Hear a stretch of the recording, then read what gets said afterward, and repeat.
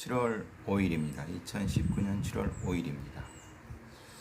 오늘 첫 사건은 서초구 잠원동에서 건물이 붕괴돼 갖고 그 결혼을 앞둔 예비 신부 한 분 안타깝게 돌아가신 사건이 있었습니다. 이 건물은 이제 준공한 지가 1996년 9월이니까 한 3년 4년 되죠. 지상 5층, 지하 1층. 그러면은 20 혹은 5년, 6년? 제가 사는 이 집도 사실은 30년이 됐거든요.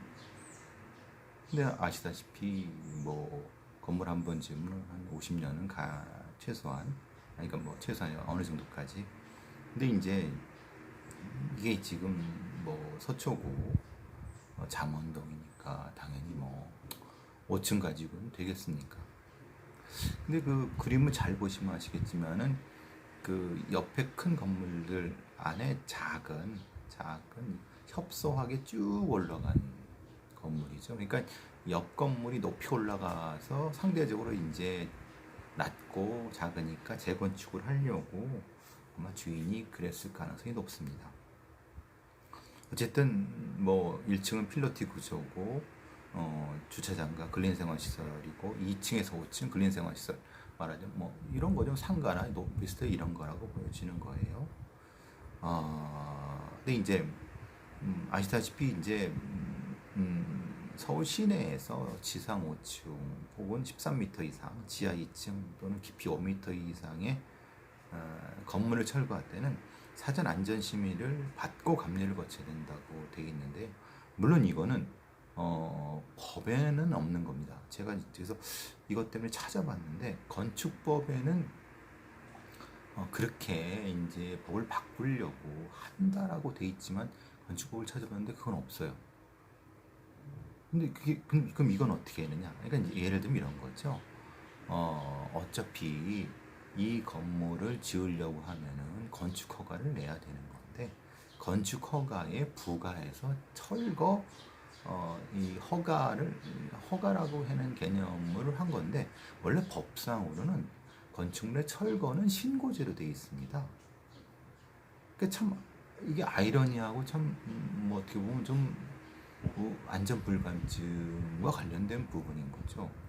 건축법상의 철거도 이렇게 이제 정식 허가를 받고 감리를 받아서 해야 되는데 법상에 없는 거를 일종의 건축 허가 쪽에 넣어갖고 사전 심의위원회를 거쳐서 안전심의위원회를 거쳐서 거기서 통과돼서 그래서 이른바 여기 허가 완결된 걸 한 다음에 그 다음에 그럼 바로 이제 뭐가 되겠습니까?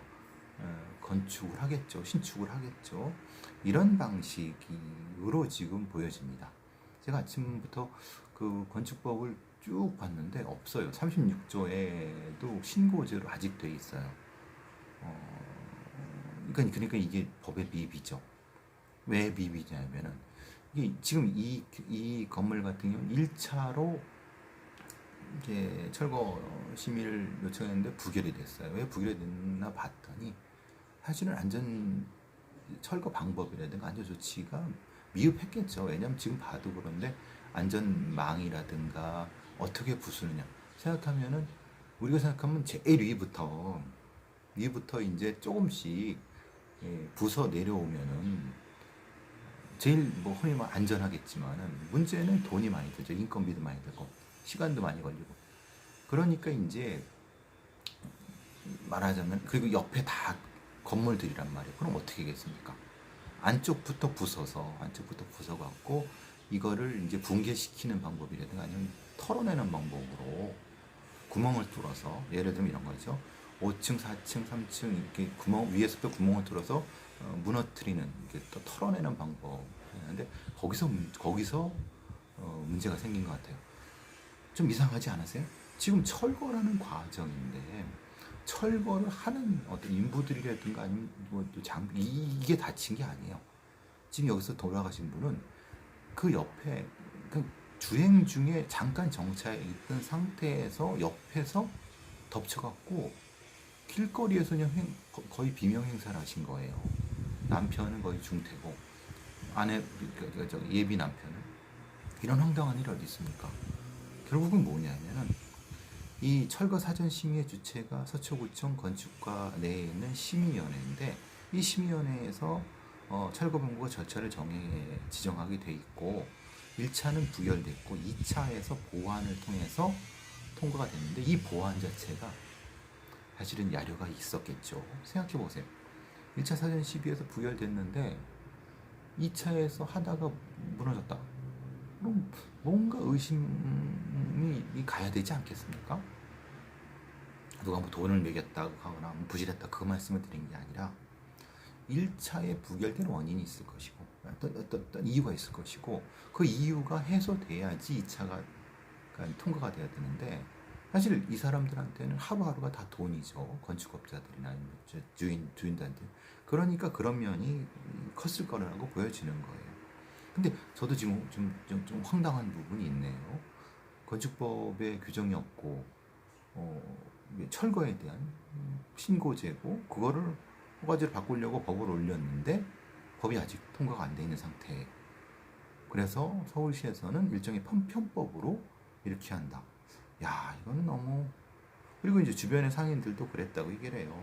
철거 작업이 시작될 때부터 많은 민원이 제기됐다. 가림막 안에서 막 뭐가 떨어져 나오고 막 그랬다. 결국은 이 인재죠. 생각해보면. 야, 이게 너무 이 후진국형 인재가 계속 발생하는 참 어디 불안해서 살겠습니까? 한 명의 사망자, 세 명의 부상자. 이 사람들은 다 길거리에 있다가 돌아가시고 다친 거예요. 정작 철거하는 인부들은 다친 바가 없어요. 그러니까 결국은 이 사람들이 안에서 뭘 했는가에 대해서 면밀히 수사가 진행이 돼야 돼요. 지금 이제 산업안전보건법상의 23조에서 여기 관련된 사람들은 해체, 뭐 여러 가지 시공 해체해서 안전 조치를 해야 된다라고 돼 있고 거기서 안전조치 미흡할 경우에는 5년 이하의 벌금, 5년 이하의 징역, 5천만 원 이하의 벌금을 물도록 되어 있습니다. 이게 법에 산업안전보건법에서의 벌칙 조항입니다.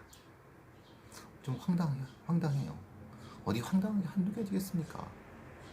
때려짓고 뭐 그냥 흔히 말하는 돈 벌기는 바쁘지만 정작 그렇게 허술하게 짓고 엉망으로 해갖고 피해보는 사람은 느닷없이 옆에 지나가던 이런 아주 젊디 젊은 청춘들인데 참 안타까운 일입니다. 자, 또 한 사건이 중에 하나가 이제 뭐라면 조금 여러분도 한번 생각해 보시죠. 대낮 금은방 흉기 강도 사건이에요. 어제 오후에 있었죠. 부산 도심의 한 금은방에서 흉기 강도 사건이 발생했는데 CCTV의 용의자를 경찰이 뒤쫓고 있는데 못 잡았는데 부산 진구 골드 테마거리라고 합니다. 뭐 각 도시마다 서울도 종로에 골드 테마 금망이 있죠. 종로 3가 쪽에 부산 쪽도 있나 봅니다. 금은방. 근데 이제 한 남자가 CCTV 다 찍혔어요. 근데 희한하게도 얼굴도 안 가리고 장갑도 안 꼈어요. 범행이 일어난 건 오후 5시 20분이에요. 밝을 때죠. 근데 이제 그 안에 있던 일하시는 분을 많이 찔렀대요. 한 5분 정도밖에 안 걸렸어요. 마치 이제 뭐 물건 사는 듯이 하다가 공격해서 찌르고 이걸 다 넣어갖고 도망갔어요. 그러니까 흉기찔린 50대 피해자분은 생명이 위독한데 문제는 이전에도 일주일 전에 망치로 분을 부순 절도범들이 20초 만에 털었다는 거예요. 저는 생각해보세요. 요즘 같은 때 CCTV도 많고 지문 수사도 한다는 걸 어린아이들도 안단 말이에요. 그런데도 불구하고 무엇인가 지문, 얼굴 노출돼도 상관없다.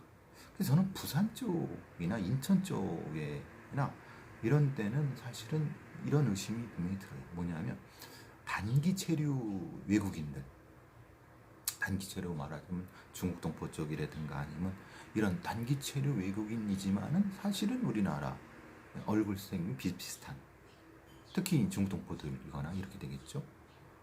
거기서 이렇게 털고 도망가서 바로 출국해버리면은 아무것도 없어요. 그냥 끝이에요. 그러니까 이제 그런 것이 아닌가 싶어요. 의심은 그거죠. 왜냐하면 이게 분명히 금방을 털었을 때는 그것에 장물합의가 있어야 돼. 이건 뭐 이거 금을 먹고 살 수는 없으니까. 그러면은 그 금을 누구한테 팔아야 되는 건데 그거를 알고 했다고 하면은 얼굴을 노출시키고 지문을 남기고 이거는 사실은 의미가 없죠. 그거는 굉장히 이상한 거죠. 따라서 예를 들면 이런 거죠. 단기 체류 외국인 예를 들면 뭐 이런 거죠. 크루즈선이 들어와 있는데 외국에서 거기서 이제 예를 들면 겁니다. 이게 털고 들어가서 뭐 이렇게 한다든가 하는 그런 쪽이 의심돼요. 뭐 물론 이제 수사가 더 진행돼 봐야 되겠지만 이거는 범행 과정 중에서도 특히 항구 쪽에서 외국과 연결된 뭐 저기 이런 범죄들이 종종 나는 거 보면은 분명한 거는 그 부분이 수사가 돼야 되지 않을까 싶습니다. 그런 거 잠깐 말씀드립니다. 또 하나가 이제 조금 이것도 좀 황당한 사건이라고 볼 수 있는데 2살배기 인지를 잡고 돈 찾아와 협박 3인조 강도 경찰이 추적 중이라고 하는데 이 3인조가 대낮에 아파트에 침입을 했어요. 그래서 돌이 같지는 아이를 인질로 붙잡고 주부를 옆에 돈을 강탈한 사건이에요. 이제 사건 자체는 어제죠, 어제. 광주광역시 북구 한 아파트에 올라서 무더위에 방충망을 열어놓은 문이 열려 있는 상태죠. 더우니까 현관문 열어놓고 있는 거죠. 뭐 사실 뭐 훔쳐갈 것도 없다 생각해서 했는데 그걸 노리고 3인조가 들어와서 40대 주부와 16개월 된 아들이 있는데 이 16개월 된 아들을 위협해서 이제 일단은 집안을 뒤진 거죠. 그러니까 이제 말하자면은 귀금속을 챙겼어요. 근데 여기서 그러니까 만약에 이 현금을 찾아오는 것을 노렸다고 하면은 뒤지진 않았겠죠. 그렇죠? 기본적으로. 근데 일단은 침입 강도로 시작을 한 거예요. 그런데 그 중간에 무엇인가 바꿨다. 그래서 문제는 근데 지금 여기 침입을 3명이 했다고 하는데 문제는 그 대기 중인 다른 공범이 바깥에 있었다고 해요. 그러니까 지금 이게 그럼 도대체 몇 명이죠? 그러니까 택시에서 내린 건 3명이라는 건 아마 CCTV나 이런 걸 확인은 됐을 거예요. 그러면은 들어가서 거기서 이제 하나는 망을 보겠죠. 망을 벗고 둘이 들어가서 문을 훔치고 다시 공범한테 주고 나와서 이런 형태를 했다. 그래서 그 이제 이 주부한테 직접 찾아오도록 공범이 이제 딕도로 감시를 했고, 그러니까 이제 일종의 그 무대뽀식의 그 어떤 뒤로 생각하지 않는 형태의 강도, 현금론의 강도. 이것도 사실은 최근에 드러나고 있는 범죄들 중에 하나죠. 왜냐하면은 이게 이제 강도를 이 경우는 어떻겠습니까? 경험치가 있는 애들이겠습니까? 아니겠습니까? 좀 약간 어리고 약간 경험치가 낮고 한탕하려고 모인 뭐 급조된 어떤 집단들 이렇게 이 가능성이 높겠죠. 이제 사실 뭐 여기서 기사상에서는 치밀한 강도라고 하는데 뭐 치밀한 건 없죠. 말하자면 그냥 침입 강도를 했는데 돈이 없었는데 통장을 보니까 2천만 원 지켜 있어. 그럼 당연히 너 인질 강도로 급격하게 금방 전환하는 건 뭐 크게 어려운 바는 없을 거라고 생각을 해요. 그러니까 이거는 경험치가 낮은 초심자 범죄거나 나이가 어린 애들이거나 이렇게 봐야 되겠죠. 물론 CCTV라든가 지문 같은 걸 감식을 해봐야 되겠지만 다만 또 다른 가능성 중에 아주 일부 가능성은 자작극, 뭐 흔히 말하는 범죄 자작극. 사실은 3명이 아니라 뭐 한두 명이서 지금 피해자군요. 뭐 이렇게 짜고 뭘 했다. 이런 경우도 아주 적지, 가능성은 적지만 그것도 경찰에서는 생각을 안 할 수는 없을 겁니다. 뭐 이 상태가 이렇게 될 거라고 생각을 하고요. 한번 조금 이제 흔히 말하는 이런 거죠. 약간 이렇게 우리가 생각하면 약간 무대뽀 식의 범죄가 생기느냐? 생깁니다. 왜? 돈 앞에서 장사 없습니다. 지금 눈앞에 돈이 보이는데 바로 뛰어들어가서 강도하는 거죠. 글쎄, 사회적인 문제일까요? 글쎄요. 여성가족부에서 이제 어린이집의 아동 학대, 아이 돌봄이 아동 학대에 대해서 굉장히 큰 문제가 있었죠. 그래서 이제 전수조사를 한다. 그래서 여성가족부에서 아이 돌봄 아동 학대 실태 점검을 특별 신고 운영 결과를 발표했는데요. 아동 학대 4건이 더 있었다고 합니다. 신체적, 정서적 학대, 방임 뭐 이렇게 있었다고 하는데요. 근데 이제 제가 이 사건을 들려보려고 하는 건요. 다른 것보다 이제 대안으로 내온 것 때문에 대안이라고 하는 거. 예를 들면 이런 거예요. 여성가족부에서는 지난 4월 26일 날 안전한 아이 돌봄 서비스를 위한 개선책을 발표했는데 대책이 선발과정의 인적성 검사, 아동학대 예방 교육, 서비스 제공 점검 항목 개편, 아동학대자 자격 제재 기준 강화라고 되어 있어요. 자, 생각해보면 이런 거죠. 아이 돌보미에 대한 인적성 검사를 실시한다는 거예요. 뭘로 하죠? 누가 하죠? 자, 제가 이제 하나 더 연결돼서 말씀드릴게요. 여러분, 상담심리사와 심리상담사가 차이가 뭔지 아십니까? 저도 잘 모르겠어요. 여기서 명확한 건 국가가 관리하는 심리상담 자격증은 2가지밖에 없다고 합니다. 청소년 상담사와 임상심리사 2개뿐입니다. 나머지는 다 민간 자격증이라는 걸 정확히 알아두세요. 청소년 상담사와 임상심리사 2개밖에 없습니다.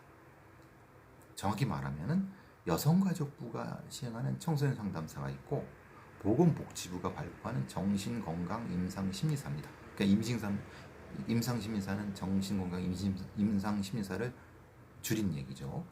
나머지는 그게 상담심리사건 심리상담사건 다 민간, 뭐 가짜 이런 얘기가 아닙니다. 그러니까 민간에서 발급하는 거래요. 민간, 흔히 말하는 자격기본법에 따르면은 그러니까 생명안전, 건강안전에 직결되지 않는 분야라고 하면 누구든지 자격을 만들어서 그냥 한국직업능력개발원에 신청해서 민간 자격을 운영할 수 있습니다. 그냥 신고하는 거예요. 그걸 어떻게 써먹든 국가에서는 아무런 별 관심이 없다는 거예요. 그러니까 이제 상관하지 않는다는 거죠. 관심이 없다는 게 상관하지 않는다는 거죠. 제가 말씀드린 건 그겁니다. 그래서 상담 분야에만 4,400개가 넘는다고 합니다. 민간 자격증. 여러분 뭐 인터넷이나 이런 데 딱 보시면 이게 무슨 자격증이야? 이런 거 많이 있을 겁니다. 특히 항상 헷갈리는 게 한국상담심리학회에서 발표하는 상담심리사가 있고 한국심리상담협회에서 만든 심리상담사 자격이 있다고 합니다. 근데 이거는 그 협회나 학교에서 만든 민간 자격증이에요. 그걸 어떻게 써먹든 뭐 거기서 알아서 할 일이고 대신에 국가 자격증이 아니라는 얘기예요. 그래서 그래서 이제 일종의 날림 자격증도 많고 돈만 주면 자격이 없어도 자격증 주면 별게 다 있다는 겁니다. 제가 왜 이 말씀을 아동 학대에 연결시켰냐면 이렇게 민간 자격증이 이렇게 받은 사람이 실제로 그걸 할 사람이 없어요. 능력이 없어요. 능력이 있는 사람도 있지만은 너무 부실해요. 다시 앞에 제가 말씀드릴게요. 아이 돌보미에 대한 선발과정 인적성 검사를 실시한다고 하는데 어떻게? 뭘로? PAI로? 어떤 검사로? 그걸 누가? 그죠? 그럼 그 검사를 통과한다고 하면은 다 되나? 이 사람의 잠재적 폭력성이나 이런 걸 어떻게 검사하지? 그러니까 너무 그냥 수박 겉핥기식으로 그냥 즉흥적으로 이렇게 만든다는 거예요. 그 대안을 마련한다는 거예요. 당연히 선발 과정에서 어떤 검사를 해야 되겠죠. 이 사람 폭력성이 있는가 아니면 자격이 되는가에 대한. 근데 저는 이것보다는 이것도 필요하지만은 상시적 감시 체계가 있어야 된다는 거예요. 예를 들면은 어떤 사람이 이런 자격을 얻었어요. 하는데 불시에 자격 점검단이 와서 누구를 딱 데려다가 이 검사를 즉시 시험. 그럼 어떻게 됩니까? 거기서 문제가 있으면 바로 경고를 매기고 1회, 2호, 3회까지 경고 맨 다음은 퇴출. 이런 이게 구체적인 로드맵이 있어야 되는 건데 여가부 공무원들 하는 짓이 똑같습니다. 뭐라고 합니까? 그냥 대책, 인적성 실시, 어떻게, 누가, 어? 얼마나. 그럼 그걸 할 사람, 자격 있는 사람이 있나? 인적성 검사를 실시하는 자격, 그냥 흔히 말하는 PAI 검사처럼 자기 기입식으로 해갖고 점수 제출. 제가 이제 경찰관 면접관, 신임 경찰 면접관을 해봤잖아요. 그 말씀드렸죠. 인적성 검사를 했는데 너무 이걸 빠져나가는 방법을 너무 잘 가르쳐 주는 거예요, 학원에서. 그래서 참고 자료로만 사용하는 경우도 있고 그랬어요. 직접 심층 면접을 다 해야 돼요. 그리고 그것도 시간이 좀 걸려야 돼요. 그리고 그것만 가지고는 안 돼요. 만약에 불시에 어느 기간을 돼서 불시에 늘 점검을. 그래서 제가 말씀, 경찰 심리사, 소방 심리사 이게 필요하다. 본인은 거부하지만 가서 직접적으로 눈을 보고 확인해서 끄집어내서 검사해서 다시 문제가 있으면 퇴출시키고 문제가 있으면 치료하고 이런 게 돼야 된다는 거. 여기도 마찬가지예요. 그러니까 사람이 사람을 다루는 직업을 가진 사람들은 스트레스가 없을 수가 없어요. 그럼 그 스트레스가 처음에 들어갈 때만 작용만 되면 다 된다. 지금 우리나라는 그거예요. 이게 말이 됩니까? 사람이 그 일하다가 정신적으로 문제가 있을 수도 있고 힘들 수도 있지. 그래서 이런 탁상 공론적인 이지랄을 여성가족부에서 하니 참 답답합니다. 아동학대 예방교육 강화한다는데 누가 어떻게 합니까? 강사는 있습니까? 실질적으로 그게 도움이 됩니까? 해봤습니까? 결과는 어떻게 리워드는 해봤습니까? 이런 것들이 안 되니까 늘 피해를 보는 건 일반 서민들, 어린아이들, 힘없는 애들이죠. 자격 기준을 강화한다. 한번 걸리면 다시는 못 오게 퇴출, 법으로 정한다. 이런 부분들 그렇게 머리가 안 돌아가나요? 이게 똑똑하신 공무원분들이 참 답답합니다. 어쨌든 자, 또 이제 오늘 아침 뭐 이제 그 외로운 늑대 IS 한국판 IS 전사 뭐 이렇게 갖고 이 뉴스에 났어요. 예를 들면 이런 거죠.